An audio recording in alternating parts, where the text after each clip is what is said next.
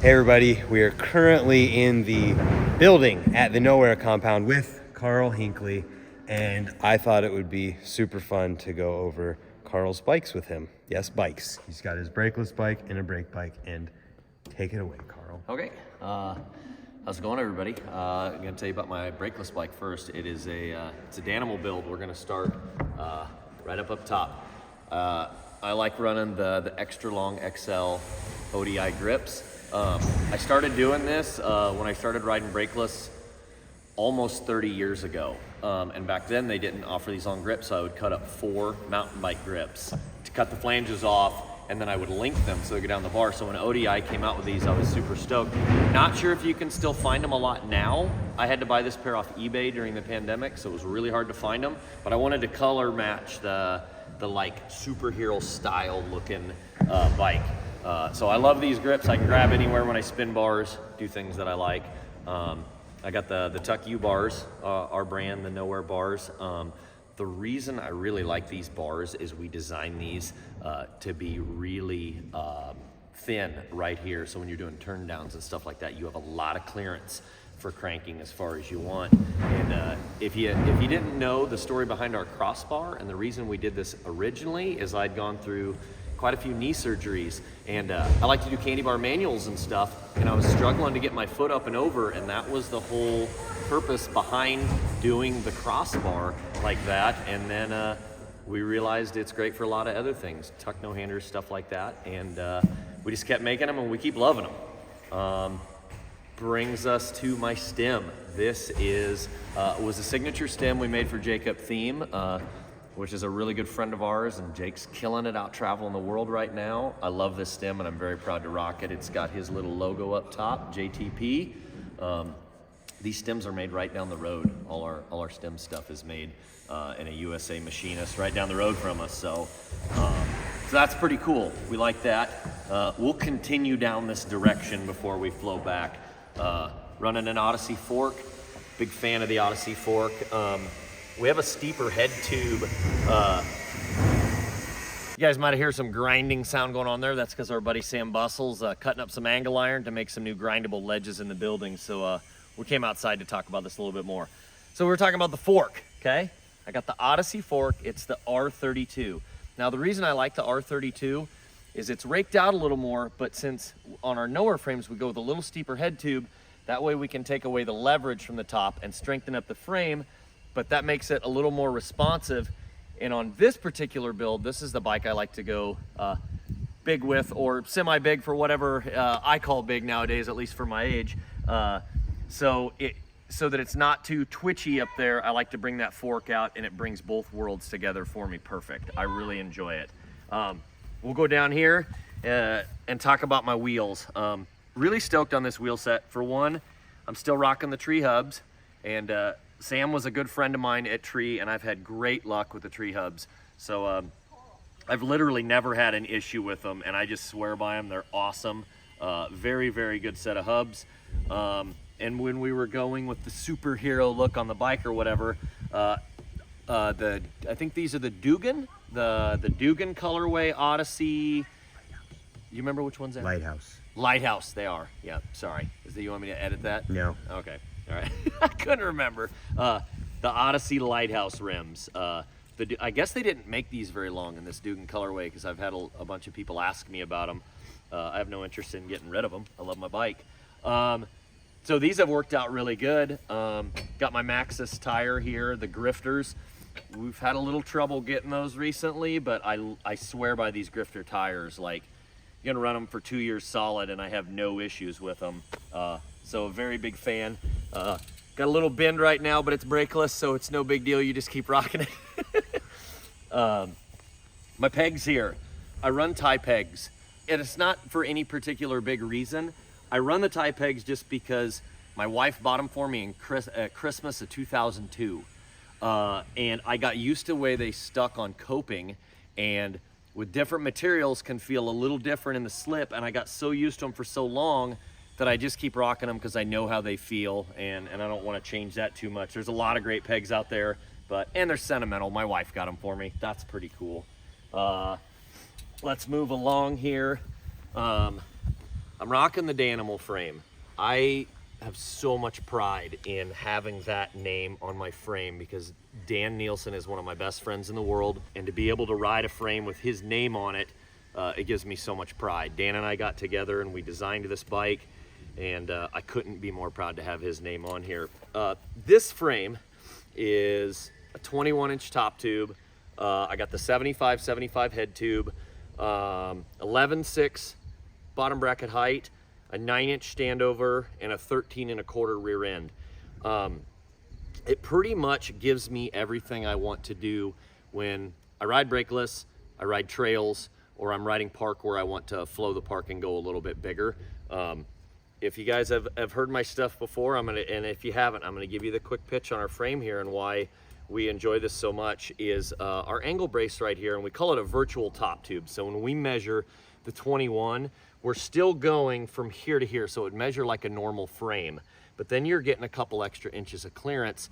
So when you go and you crank out tabletops or you do no-footed cans or anything like that, taking that restriction out of the way makes it's a world of difference. Lot of fun. Cranks, Profile. I'm just always been a big fan of Profile. They make really good products. I'm running 165s right now. Forever I rode 180s because I rode like I did in the 80s, and it wasn't till having some conversations with like Mike Dinello and him telling me, Jimmy Walker told him, run shorter crank arms, it'll help you find your centering with tail whips and everything better. I found that just even cranking, if you're cranking into corners or something like that, you clip your cranks less, everything. I really like the shorter cranks. Those have been pretty cool. Our sprocket is our Life Behind Bars sprocket. That's a Nowear product there, made in America. It's got the handlebars you can see overlapping each other. We call it the Lifer sprocket. Moving on up the seat post tube. We are really proud of this part here. This is the straight jacket made by Nowear. I was running into a lot of issues with seat movement. I do a lot of pinch the seat moves and stuff like you see Ryan Nyquist do. Like we both learned that same way. You pinch to bar, that's the way we do it. Seat was moving a lot. I noticed that happen with a lot of people nowadays, not even just the tall seat guys like us, but integrated clamps a lot of times can have a little slack in them. It's hard to get that full strength to really hold that post. And then the seat post clamps we were noticing that were offered on the industry just didn't give us quite the bite that we wanted. So we designed a double clamp, and we're really stoked on this clamp here. It's got some barrel bolts on here, so you don't have to worry about stripping. You can just replace them. And I'll give you a quick demonstration here. Now I'm hitting front and back, and anybody that's into BMX knows that when your seat moved, you hit with a sideways motion to move it. And I'm literally, my hands are killing right now, and I cannot move this. This straight jacket clamp is absolutely phenomenal, and we are very proud of that. Really did hurt. Yeah. Very proud of that. Okay, so we'll move on from the straight jacket. Back wheel matches the front. I do not have a third tie peg right now, but because they're on my other bike, which we'll get to, but I run a kink park peg in the rear. I like the way aluminum feels too. That's a pretty good one there. My chain is really special. This is from Walmart because my chain broke when we were doing shows a month ago, and I needed a chain and I had to keep riding. So I'm riding a Walmart chain, and that is gonna get switched probably shortly after this bike check. I can't think, oh, the seat. This is a mirror seat. I love this seat. My buddy Sam Bussell ordered it, and it was just a little too fat for his liking. This is the perfect size for mine because I sit a lot, and it feels really comfy. And if you notice the width here on the top and how thick it is, I can really pinch whenever I do like brakeless bar stuff when I'm in tire taps, and it can really hold on where some of the other seats I'd tend to slip back a little. Absolutely love this seat. Thank you, Sam, so much for hooking me up on that. We're gonna go to rear hub. Rear hub is a tree. We're matching with the front here. We got our G Sport nipples. I don't remember the spokes. I just remember we didn't go tie on this. I just wanted it to be nice and strong. We got the tree hub and the Dugan rim matches the front.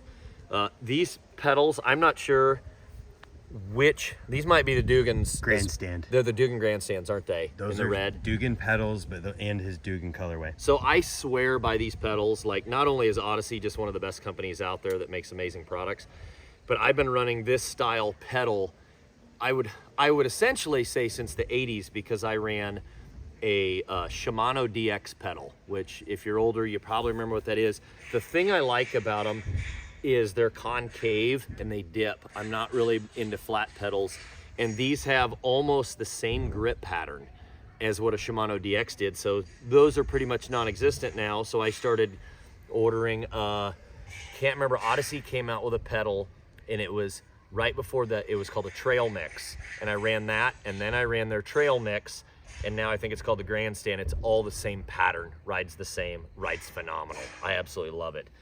Never been a big plastic pedal guy, and it's probably just because I rode what I'm used to from back in the day. I would say going to the last thing I can think of, and most importantly on this bike, is this sticker. I'll let you get a close-up of that. You can't really read what it says much anymore, but one of my best friends in the world, his name's Lee Greaves. He did shows with us forever, and he always had this sticker on his bike that said, "Don't be a bitch." And I always laughed, and Lee's like, I always got to remind myself if I get scared, like, don't be a bitch. And I tell myself, so I always laughed. And right before Lee left to the UK to be with his wife, who he'd met on military leave one time, he bought me one of these stickers and he gifted it to me. So even though you can hardly read it anymore, it still reminds me of Lee every time I ride it, and it always reminds me to send it for Lee because I love the guy and I miss him to death. That's really all I can think of. I absolutely love this bike. I've been riding Brakeless on and off since I was 16 years old, when I bent a wheel and I had to take my brakes off, and I noticed my manuals were getting better.